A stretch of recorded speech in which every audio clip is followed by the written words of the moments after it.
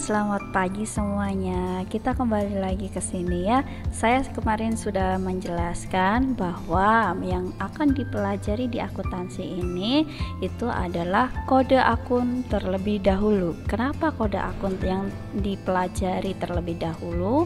Karena kode akun ini untuk mempelajari atau mengisi di jurnal umum. Nah, sekarang sudah ada tampilannya nih, bisa dilihat ya. Tampilannya ini ada bab 2 nomor kode akun.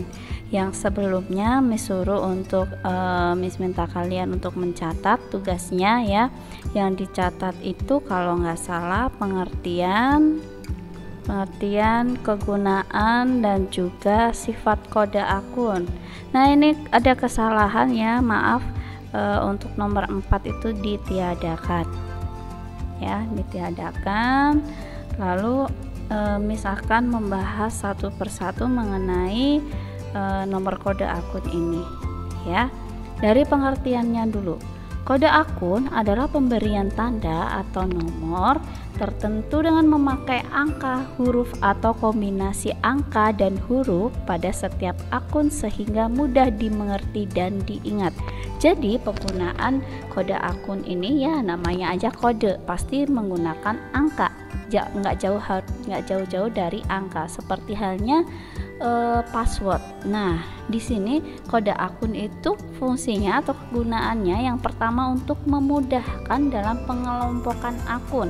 Jadi melalui kode akun itu kita bisa mengetahui dia termasuknya akun apa, hartakah atau beban, pendapatan, dan yang lainnya seperti itu ya. Lalu yang kedua, membantu proses pencatatan akuntansi karena dengan kode akun dapat mempermudah mencari akun buku besar yang diinginkan. Nah, untuk kode akun di sini juga berguna nanti di akun buku besar. Jadi pengelompokannya akan lebih mudah, dan untuk materi buku besar juga akan kita pelajari di kelas 8 ini. Jadi ditunggu saja ya. Yang penting ini adalah intinya sebagai dasar atau permulaan kalian memasuki materi di kelas 8 yang akan berlanjut seterusnya sampai dengan kelas 9 seperti itu. Lalu yang ketiga, memudahkan mengingat dan mempercepat pencatatan. Kenapa mudah ingat? Seperti halnya password, seperti itu. Seperti halnya password, kalian tahu itu passwordnya berapa ya, kayak gini. Mempercepat pencatatan karena kita sudah tahu kodenya, kita sudah ingat kodenya, maka akan cepat pencatatannya, seperti itu ya. Lalu sifat kode akunnya, kita lihat dulu di sini. Oke, sifat kode akun itu ada 4. Mudah diingat tentunya, sederhana dan singkat. Yang ketiga, konsisten, jadi tidak berubah-ubah ya di sini maksudnya. Lalu yang keempat, memungkinkan adanya tambahan akun baru tanpa mengubah kode akun yang sudah ada.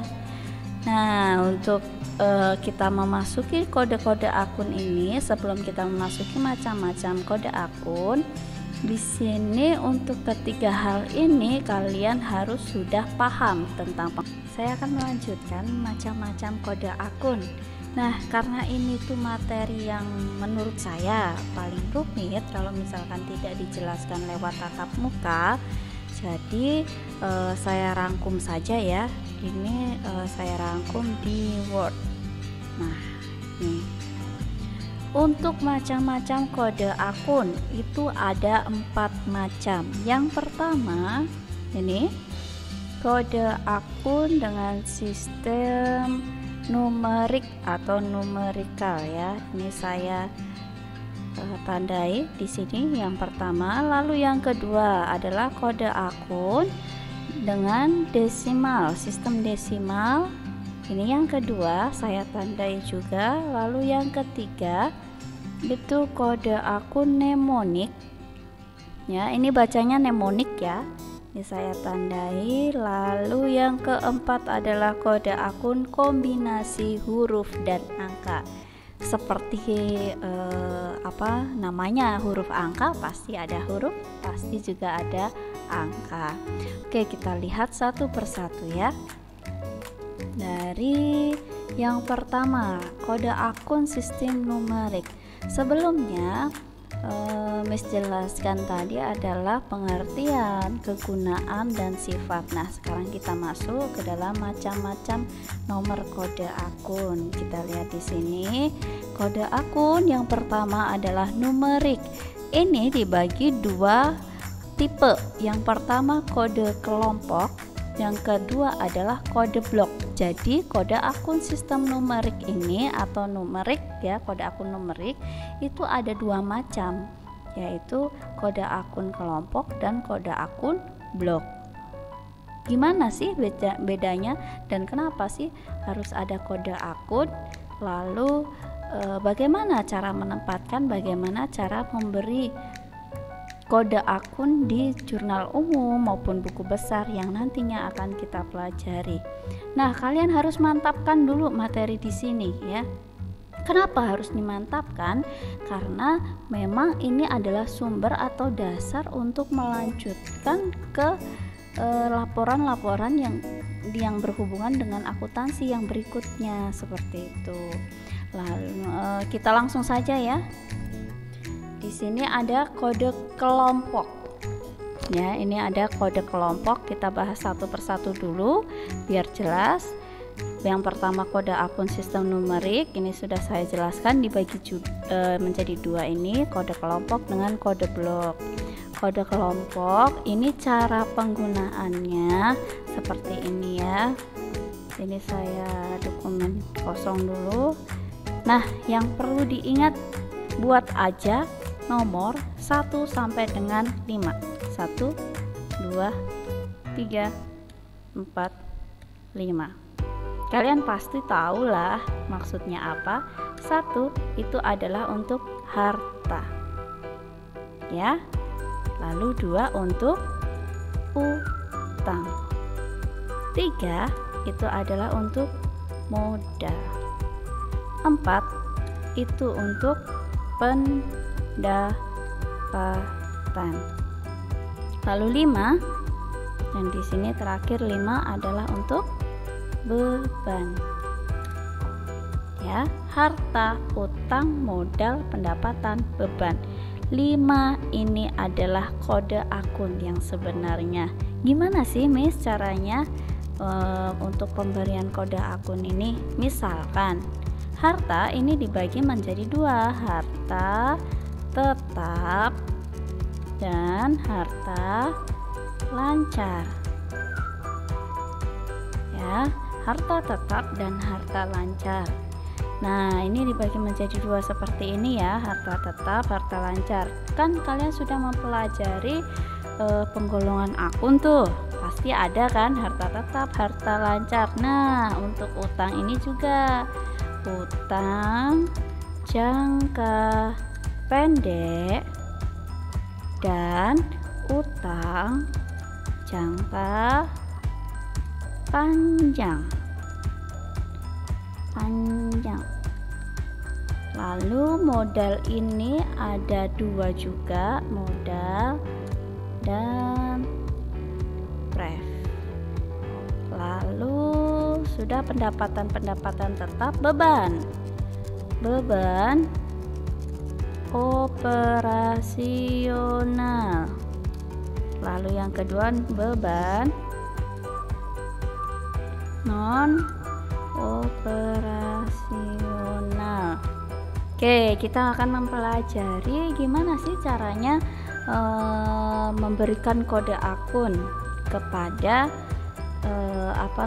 akun-akun yang ada di akuntansi ya. Kita mulai step by step. Untuk pertemuan kali ini akan saya jelaskan yang kode kelompok dulu. Nanti berikutnya kita akan mempelajari macam-macam kode akun yang selanjutnya gitu ya. Kita pelajari dulu satu ini sampai dengan benar-benar paham. Kenapa Miss bilang 1, 2, 3, 4, 5? Karena ini adalah sumbernya. Kita garis bawahi. Yang pertama harta, 2 utang, 3 modal, keempat pendapatan, kelima adalah beban. Kelima ini kalian harus benar-benar ingat ya.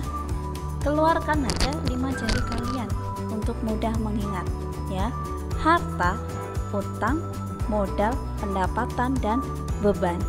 1, 2, 3, 4, 5 ya. Ini adalah cara yang mudah untuk mempelajari kode akun. Kenapa mudah? Kita lihat. Ingat-ingat kode akunnya harta berapa? 1 ya. Kode harta itu adalah 1. Kalau dia termasuknya harta lancar maka 1.1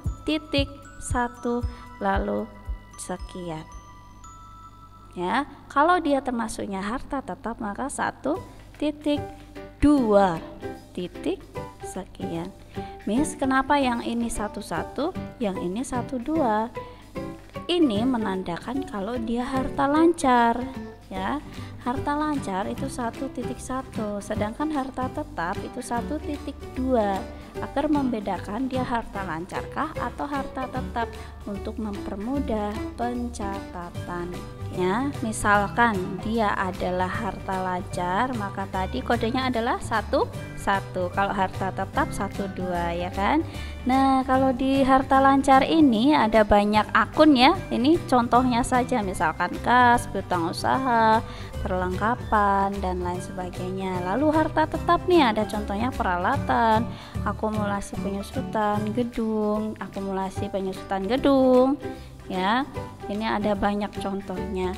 Nah, kalau misalkan kalian lihat ini kan pusing tuh, bingung kan? Nah, kalau misalkan bingung, ini Miss buat di sini aja ya. Harta lancar gimana sih caranya? Kasih misalkan dia adalah akun kas, akun yang pertama di dalam sebuah transaksi, maka kas ini nomor kode akunnya 111. Miss, kenapa 111? Karena dia adalah akun pertama yang tercatat di dalam daftar akuntansi. Seperti itu. Terus kalau misalkan kedua gimana? Kalau misalkan kedua tinggal yang belakangnya diganti jadi 2. Seperti itu.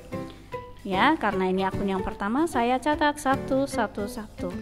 Ini nanti akan lebih jelas lagi kalau misalkan kalian sudah masuk ke jurnal umum.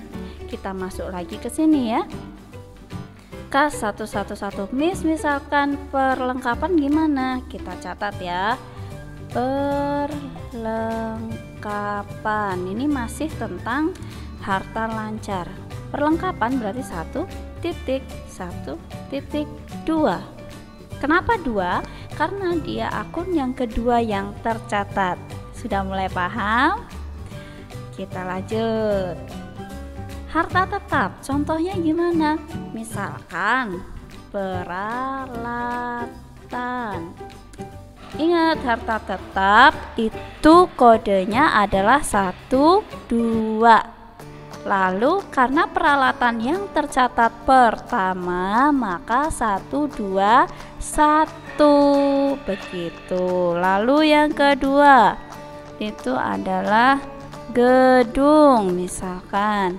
Berarti gedung gimana? Ingat, harta tetap. Oh, berarti 1.2 titik yang keberapa? Kedua, berarti 1, 2, 2 dan seterusnya. Nah, ini adalah contoh kecil saja ya.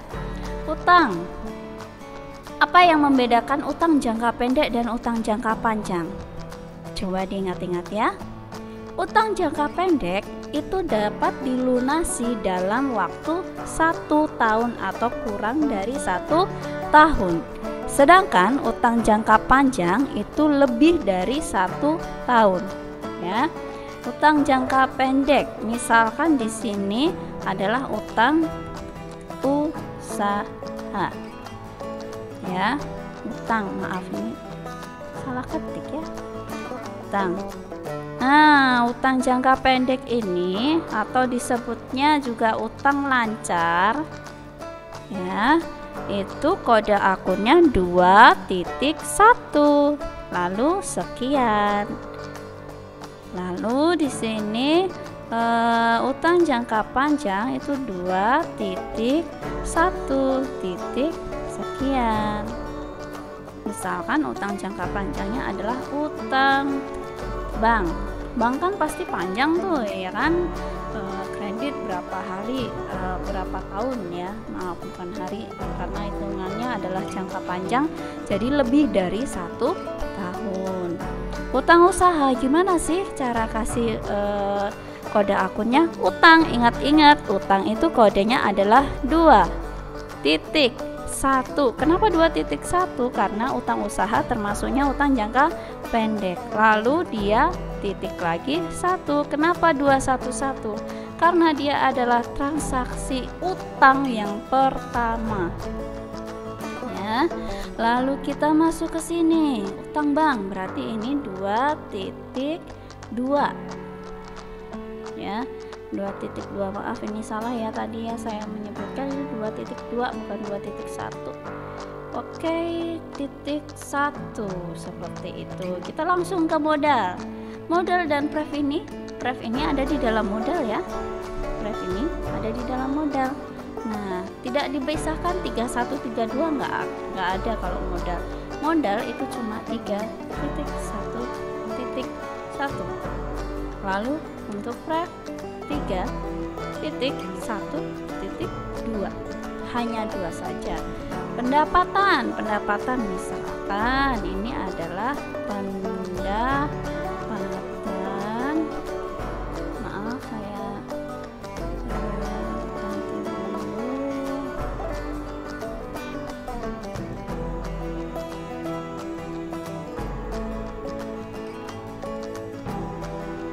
Oke, pendapatan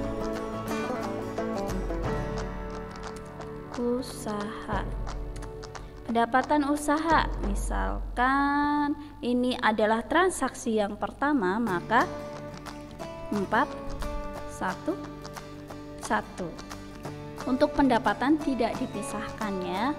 Beban operasional dan beban non operasional. Kalau misalkan kalian nanti belum ada catatannya, Miss kasih mana yang termasuknya operasional dan mana yang non operasional. Yang jelas beban operasional ini berarti 5.1 titik sekian.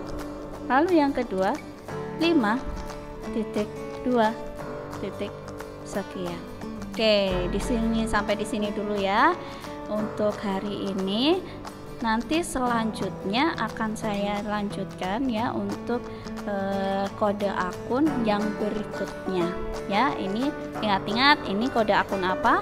Numerik kelompok ya, numerik kelompok. Dasarnya dulu kita harus paham, nanti setelahnya kita akan melanjutkannya.